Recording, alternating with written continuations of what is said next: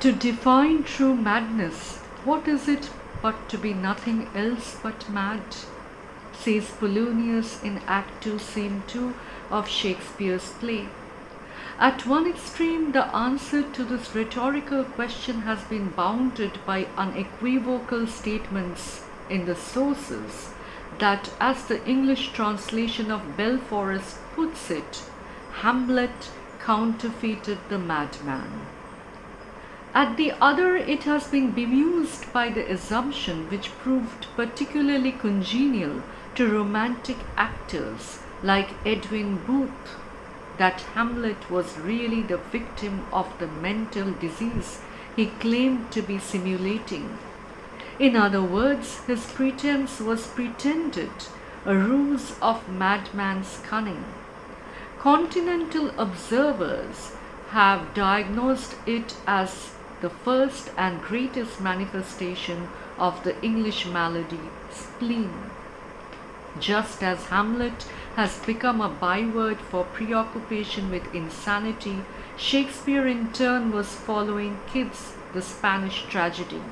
Shakespeare's first tragic hero, Titus Andronicus, crudely observes that precedent in his lucid intervals and his feigned ecstasies. I welcome you to the annual Shakespeare Anniversary Lecture hosted by the Shakespeare Society of India East Zone.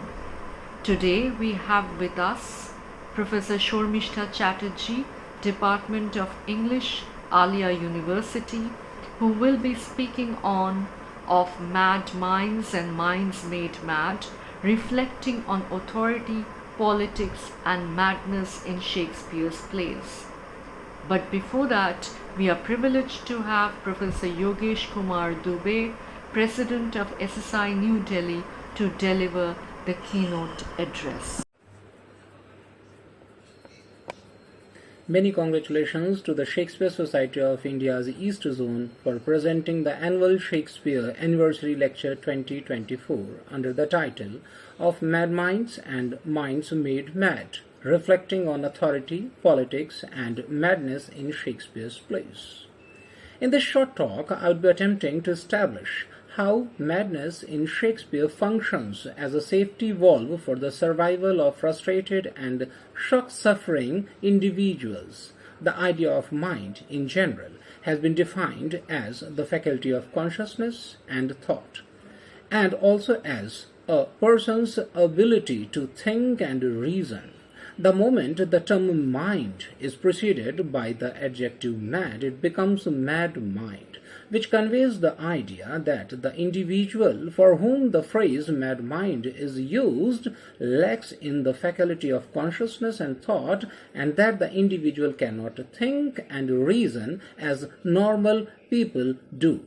If not due to some physical deformity or injury to the brain, mind turns mad because of failing to find an outlet for suppressed desires. Suppressed desires or frustrations, if not channelized for individuals' relief through mechanisms like creativity and dreams, etc., individuals' mind turns mad. Madness is not only the manifestation of abnormal mind, but also a natural mechanism for the protection of individuals' life. The moment Shakespeare's use of the device of madness is seen in the light of the preceding argument, one observes how Shakespeare seems to have connoted the idea of madness as a safety valve for the protection of life from death. Shakespeare, in his plays, brings both real madness and feigned madness. While focusing our attention on the use of madness in King Lear, we find madness functioning as the lifeguard, both for Lear and Edgar. Lear's madness is a case of real madness, while Edgar's is a feigned one. Lear gets mad because he finds his authorial identity being lost. At first, Cordelia's rejection of following the ways of flattery in speaking high of her love and affection for her father sprouts the germs of frustration and madness in King Lear. He seems to have found a challenge to his kingly and fatherly authority from Cordelia. Ken's support to to Cordelia's case against the will of Lear is seen by him as another challenge to his kingly authority. This seemingly challenge further strengthens his frustration. The acceptance of Cordelia by the King of France as his wife goes against Lear's wish. Cordelia gets the King of France as her husband, not only without any dowry, but also without the will and pleasure of her father, that is Lear. This fact also appears to have come for Lear as a deep shock that shook his authority not only as Cordelia's father, but also as the King of England.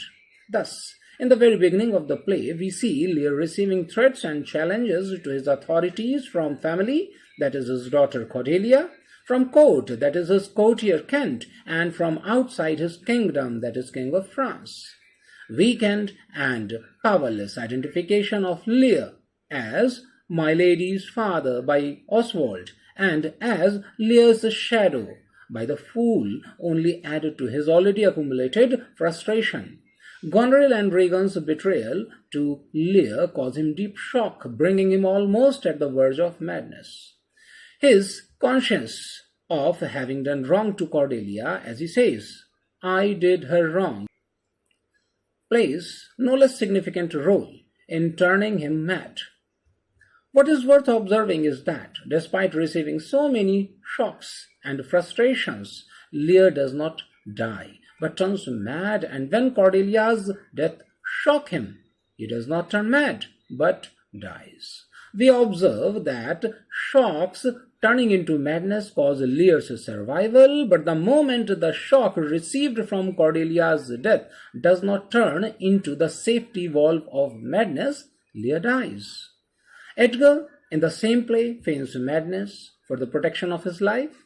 This is noticeable that Edgar hides not only his real, sane mental identity by projecting himself as Tom, a bedlam beggar, but also his real social identity. He pretends not only being mad, but also not being Edgar. The case of Edgar's feigning madness is quite different from that of Hamlet's. Hamlet needs not change his social identity. His requirement is change in mental identity from sane to insane. Edgar, either sane or insane, cannot escape the punishment. Hamlet feigns madness to avoid Claudius's attention from himself and his future plans, as well as to save his life. He also receives shocks after shocks, but manages to neither get mad nor die. Unlike Hamlet, Ophelia's madness is not feigned but real. Loss of her lover and her father's death shocked her to madness. Madness lets her survive. She dies, not because of shocks, but because of drowning. The discussion thus can be summed up with the view that Shakespeare seems to have seen madness as a safety valve that absorbs the shocks and frustrations of life's harsh realities and lets individuals survive. Madness stands as a guard between shocks, if not vented out, and death. Absence of madness can lead the frustrated ones to meet their deaths. And now, Professor Baran Farooqi, Secretary SSI New Delhi, will give a short introduction to the topic. Good evening, all of you.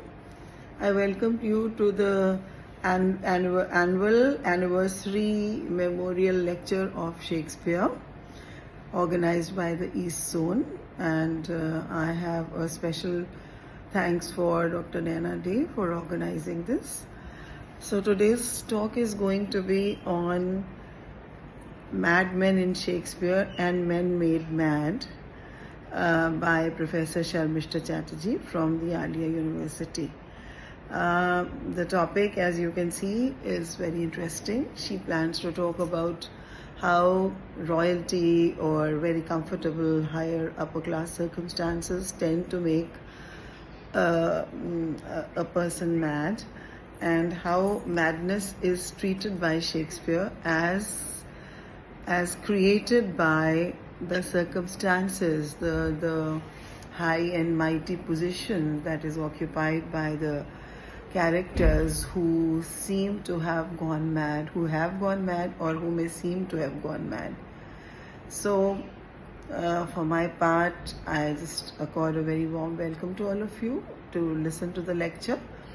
And maybe I will throw in a speech from Macbeth, where Macbeth, as you know, was a character or is a character created by Shakespeare, who's one of the most enigmatic characters ever created. Not just by Shakespeare, but by any writer in the world whatever. And what I'm trying to say is that he's both a hero and a villain. He's both a treacherer, somebody who commits treachery, and at the same time he is a very loyal kinsperson. He's a very sensitive soul who is unable to tolerate the pain of betrayal, that he doesn't get betrayed, but the betrayal that he imposes upon his own king. So the moments before the assassination is carried out at Macbeth's hands are moments of the impending madness that seems to be looming large or hovering above Macbeth's head. And he starts having hallucinations. So I will be reading out a passage to you from Macbeth where he hallucinates and sees a dagger before him. Is this a dagger that I see before me? The handle turned toward my hand. Come, let me clutch thee. I have thee not, and yet I see thee still. Art thou not, fatal vision, sensible to feeling as to sight? Or art thou but a dagger of the mind, a false creation proceeding from the heat oppressed brain? I see thee yet in a form as palpable as that which now I draw. Thou marshallest me the way what I was going, and such an instrument I was to use. Mine eyes are made the fool of the senses, or else worth all the rest I see thee still. And on thy blade and dudgeon gouts of blood, which was not so before. There's no such thing. It is the bloody business which informs thus to mine eyes. Now, o'er the one half world nature seems dead, and wicked dreams abuse the curtained sleep. Witchcraft celebrates pale Hecate's offerings, and withered murder, alarmed by his sentinel, the wolf, whose howls is watch, thus with his stealthy pace, with Tarquin's ravishing strides towards his design, moves like a ghost. Thou sure and firm set earth, hear not my steps which they walk, for fear thy very stones pray to my whereabout, and take the present order from the time which now suits with it. While I threat, he lives. Words to the heat of deeds, too cold breath gives. A bell rings. I go, and it is done. The bell invites me. Hear it not, Duncan, for it is a knell that summons thee to heaven or to hell. Thank you. I now present Professor Shormishta Chatterjee, Department of English, Alia University, to deliver her talk. Hello everyone. The title of my lecture today is Mad Minds and Minds Made Mad, reflecting on authority, politics and madness in Shakespeare's plays. But before I begin, I express my gratitude to the organizers of Shakespeare Society of India for having given me this opportunity to pay a tribute to the bard on his anniversary.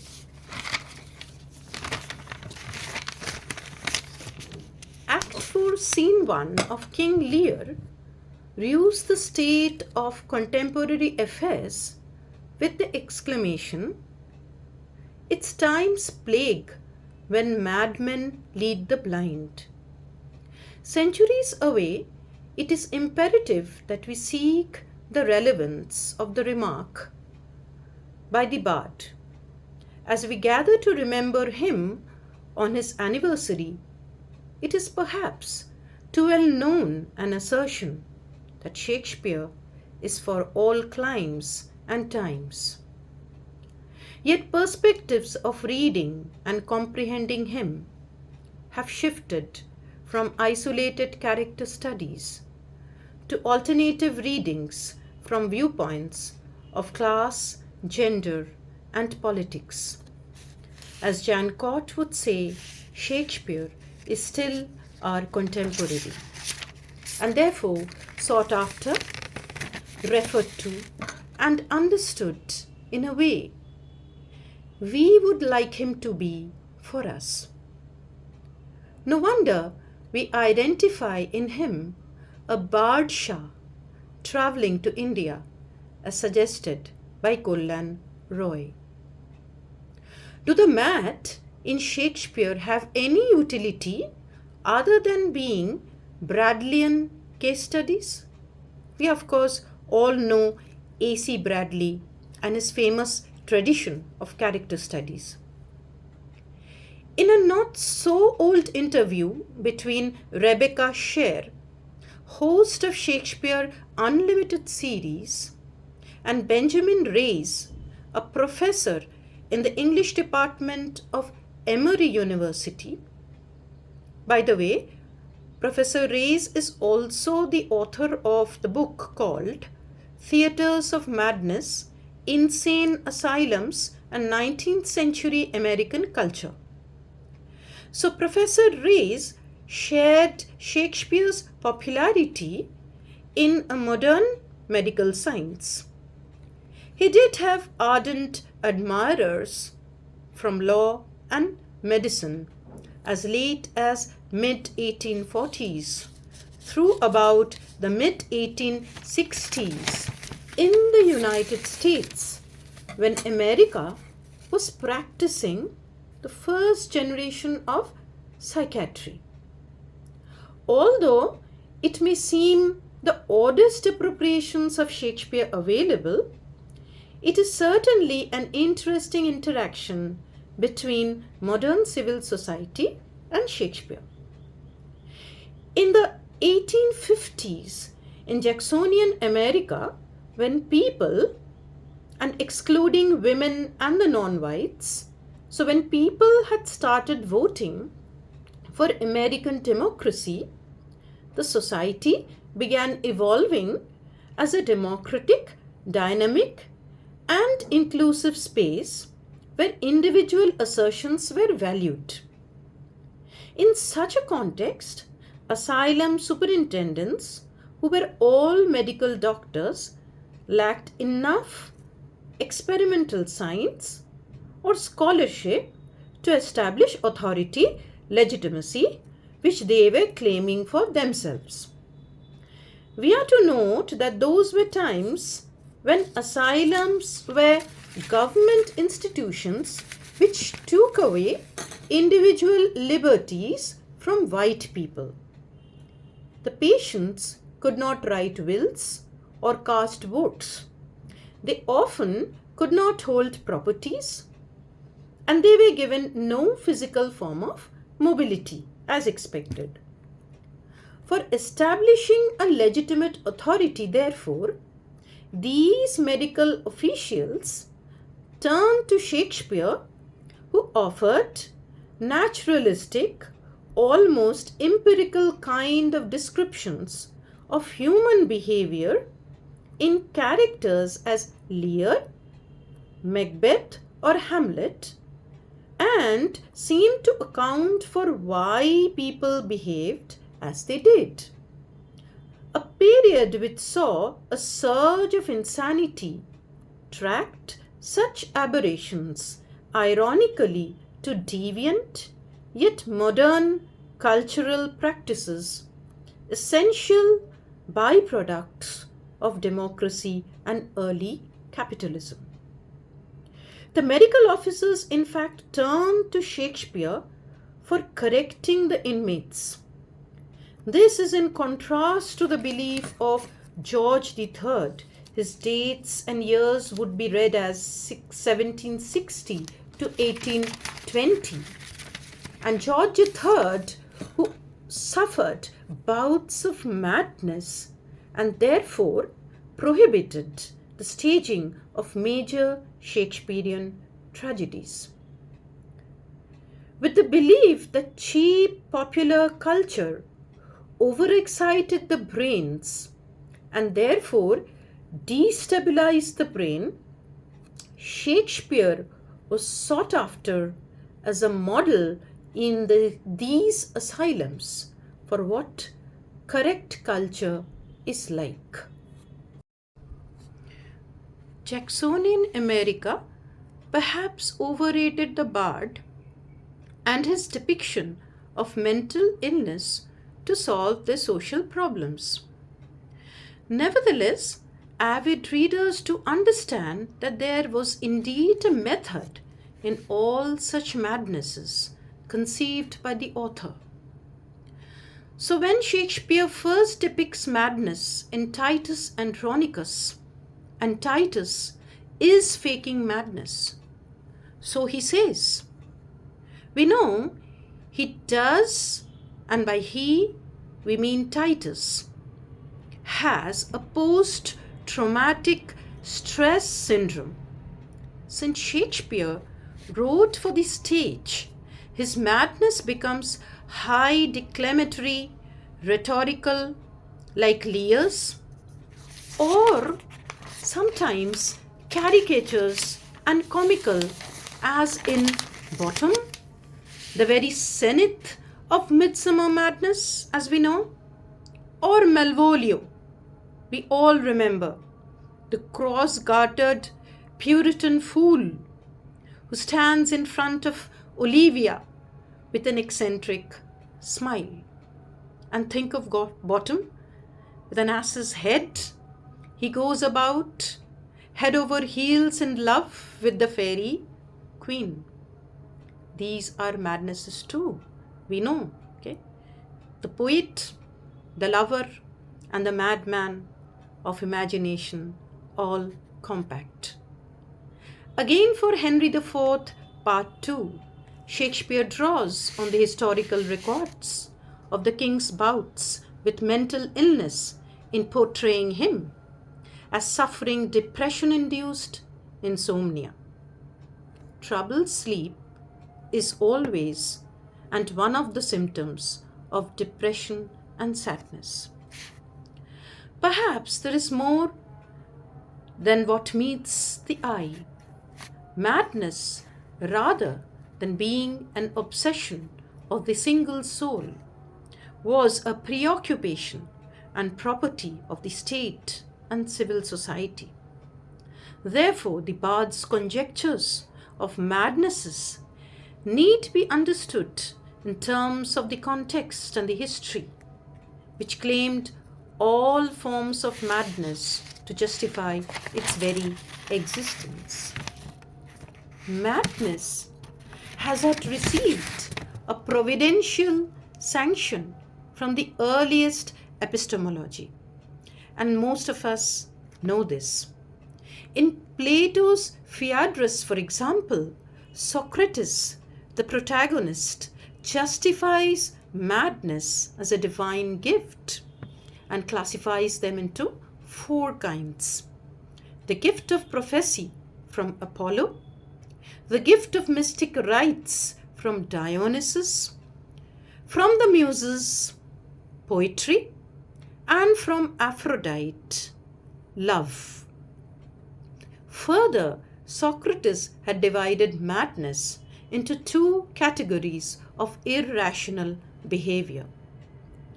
One came from biological disease, and the other from a departure from socially acceptable conventions of conduct. I would request you to kindly take a note of this idea of departures from socially acceptable conventions of conduct. We'll need this for the latter half of discussion.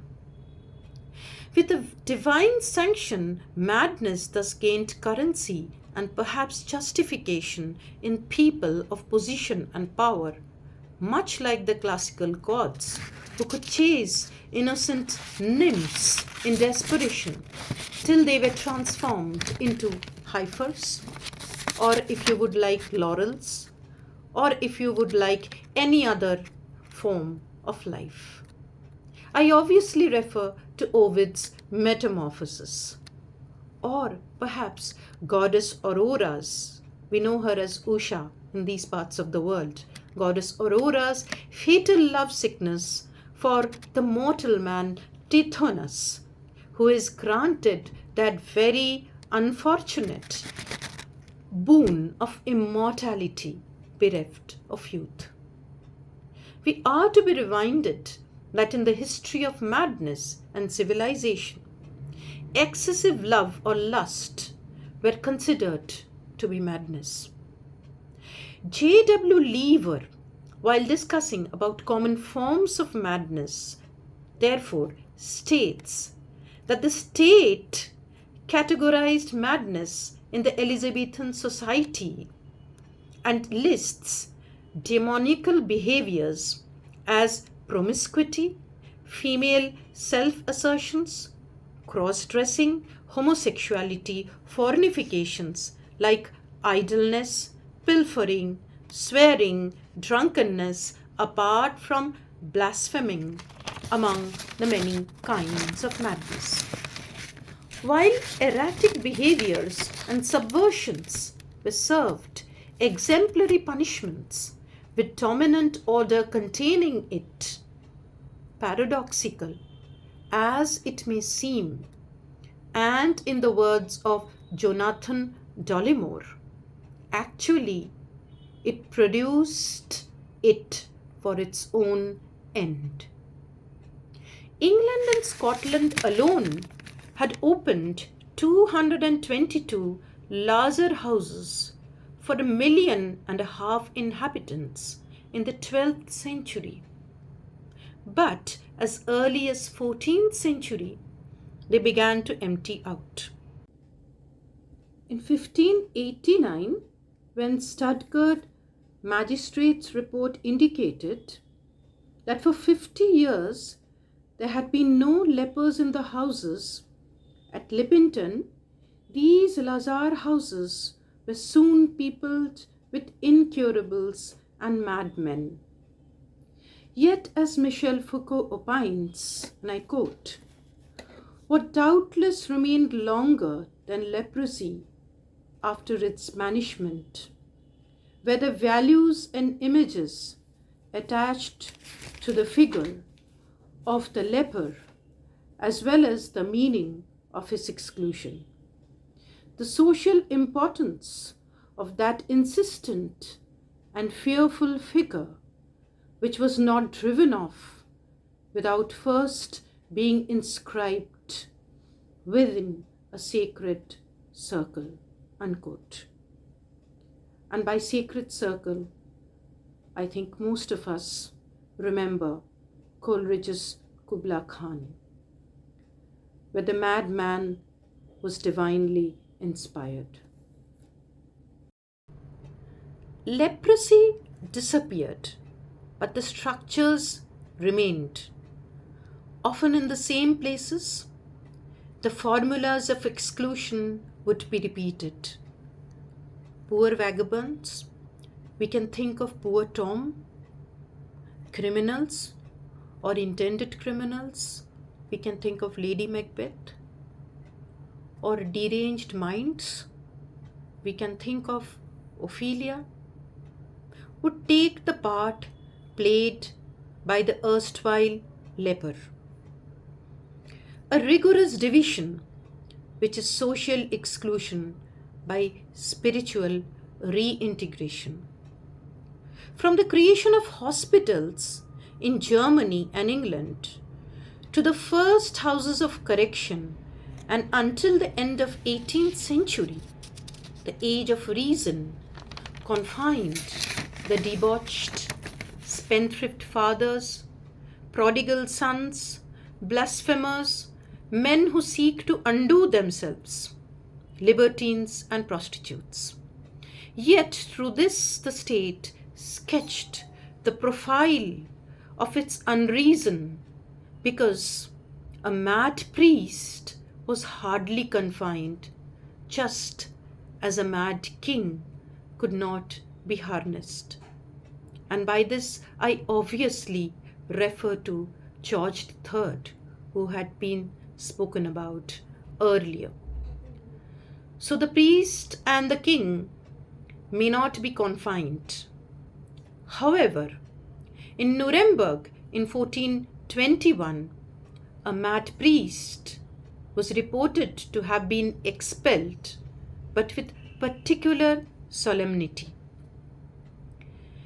In his book, Shakespeare's Madmen, A Crisis of Authority, Richard Van Oort draws on anthropological theories, and he bypasses the assumptions of Shakespeare's paintings of mad and errant rulers as artistic failures, as many critics have erstwhile done. Rather, he asserts in Shakespeare's famous plays, and I quote, "All madmen are also big men," unquote. Indeed, madness itself is closely, but in specific ways, connected to centrality. Lear, Duke Vincentio, Hamlet, Macbeth, Othello, Prospero, and Julius Caesar, in some way or the other, are errant, but they are allowed to flourish in almost a Don Quixotean manner, in all their fantastic idiosyncrasies. If one might look back to the Socratic claim, such a madness is then biological, since there is a divine sanction behind it, and therefore acquired by birth.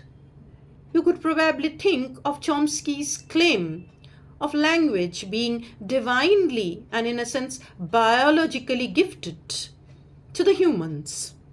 His idea of innatism, as some would refer to as.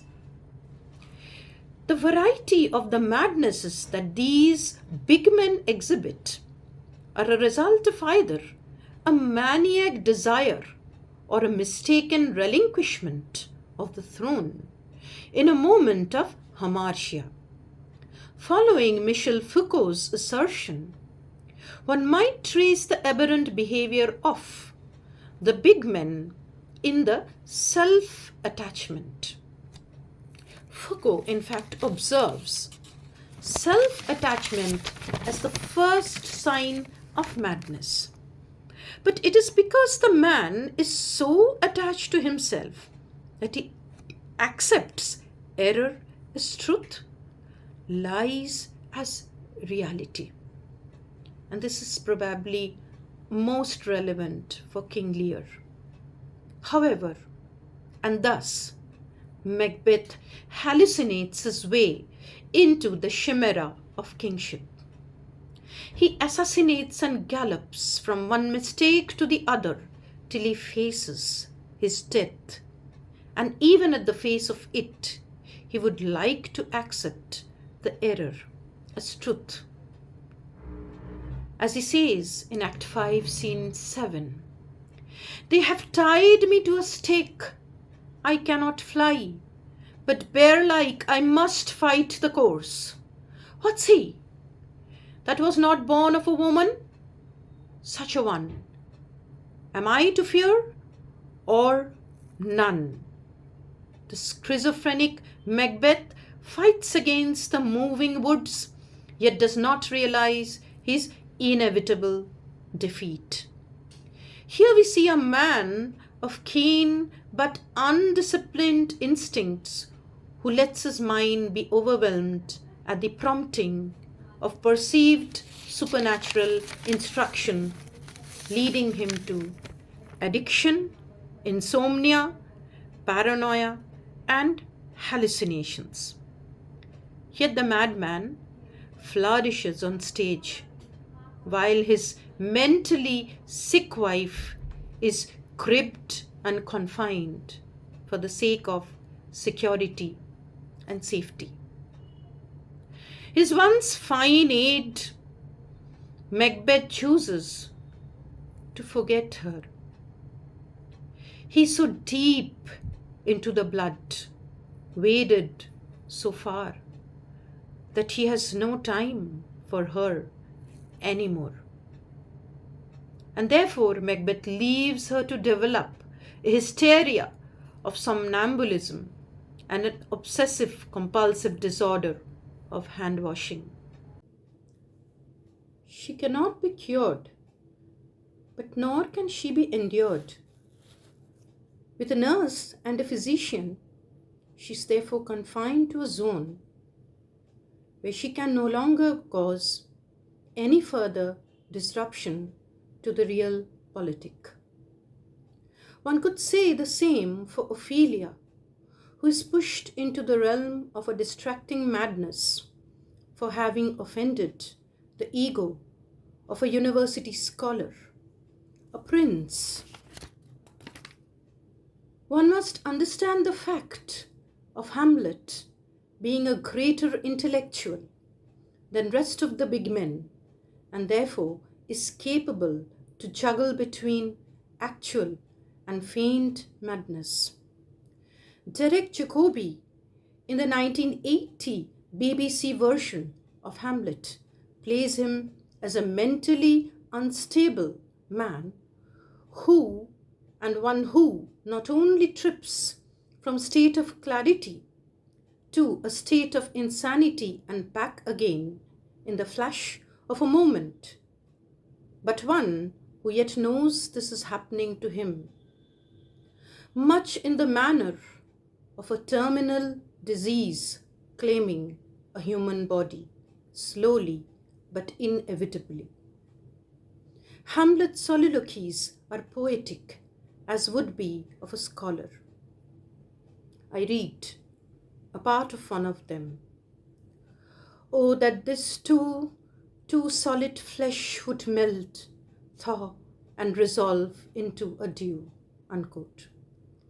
Yet it characterizes the depression of a prince caught between his ability and inability, but it definitely is not indicative of the evidence of a broken language which posits the separation as already effected and thrusts into oblivion all those stammered, imperfect words without fixed syntax, in which exchange between madness and reason was made.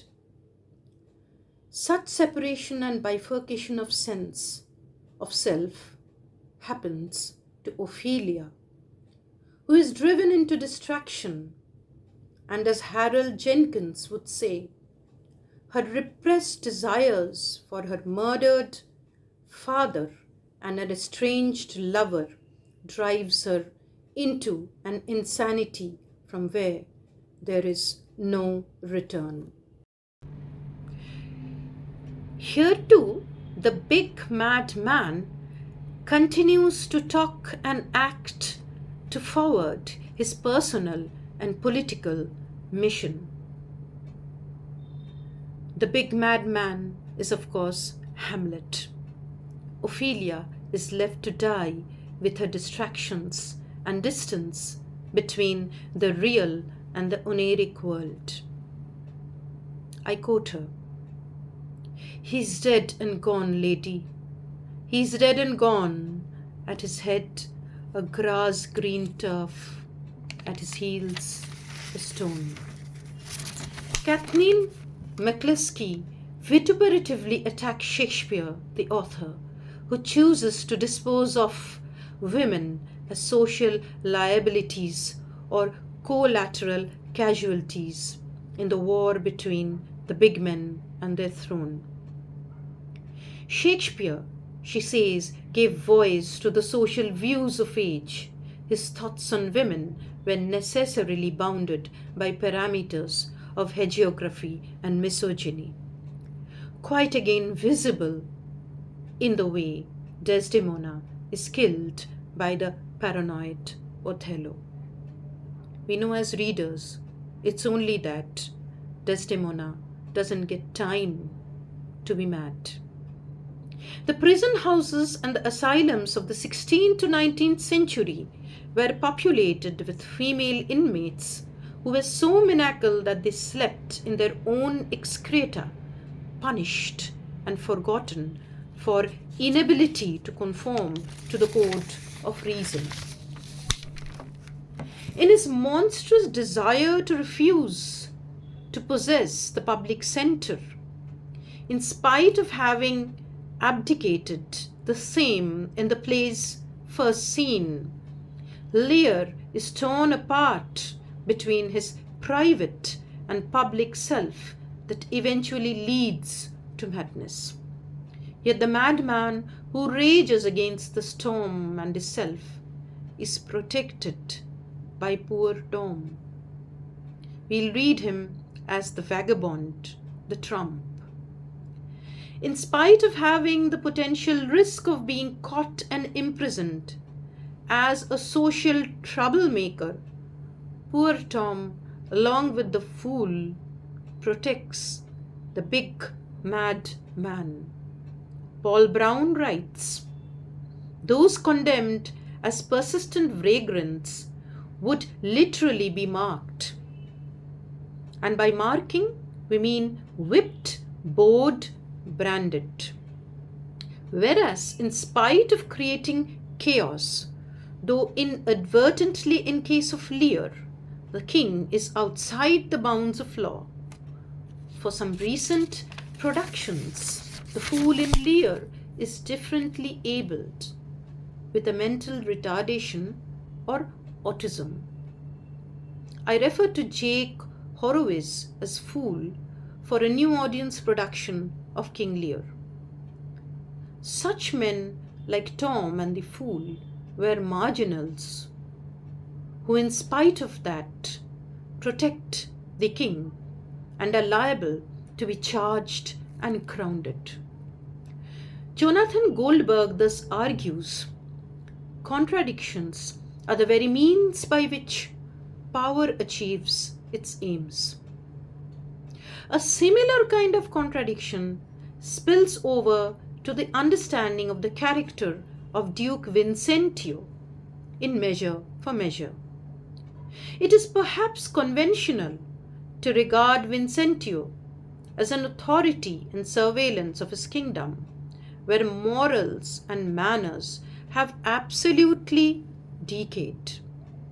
This is a land where panders and prostitutes rule the roost, though the laws of the land order extraordinary punishment for philanderers and fornificators. Yet again, as Kathleen McCluskey, borrowing the idea of Laura Mulvey, observes, in Measure for Measure, women are sexualized and seen vis-a-vis men, denying them free play of character, much like Hollywood films, where the women perform and the spectators and the other male actors gaze at them. If the deputy Angelo and Isabella's brother Claudio are guilty of lust and fornication, thereby attracting punishment as severe as death, inversely, the Duke Vincentio is also guilty of the same offense. Not only are the readers or audience not clear about the motive of disguise and disappearance of the Duke, but also of his strange behavior as a voyeur, eavesdropper, a lusty man who cheats and wins the trust of Isabella, a nun by profession. You could also say by vocation. The Duke is guilty of social deception too, in taking up the guise of a friar, in dropping in unnoticed into the conversations between Isabella and Angela, knowing secrets which he is not supposed to know. And in taking up this guise, he is blaspheming religion too. In his final proposal of marriage to Isabella, he reveals himself as a plotter and a panderer of sexual vices to satisfy his own desires. We could say far-fetched. Haywood writes in an apology for actors that theatres as institutions were supposed to teach subjects obedience to their king. Therefore, literature as a cultural practice was to legitimize social order and status quo and endorse the existing relations of domination and subordination. But Vincentio, like Lear, is insincere in his abdication of state authority to the point that first Lucio, like Lear's fool, accuses him of playing, I quote, a mad, fantastical trick. Act 3, Scene 2, line 91. And Angelo worries that the Duke's wisdom might be tainted to the point of madness. Act 4, Scene 4, lines 4 to 5. In both Lear and Vincentio, the madness is a result of a desperate desire to be a part of the center once again. The big men who look big to their fellow mortals because of their social station, therefore, classify, modify, manipulate, and adjust other mad men, mad women, and therefore minds to suit their needs. Every Prospero must spawn a savage and masterless Caliban and frame him in a fearful symmetry whereby the innocent exorcised. We may not forget that Prospero brutally punished him physically for the every little mistake that he committed. We also might see Prospero as a differently able slave who is demonized to become an embodiment of directionless and indiscriminate desire. He wants to rape Miranda out of frustration, we all know. He wants to populate the island because logically that is the only way he can wage a war against the King Prospero.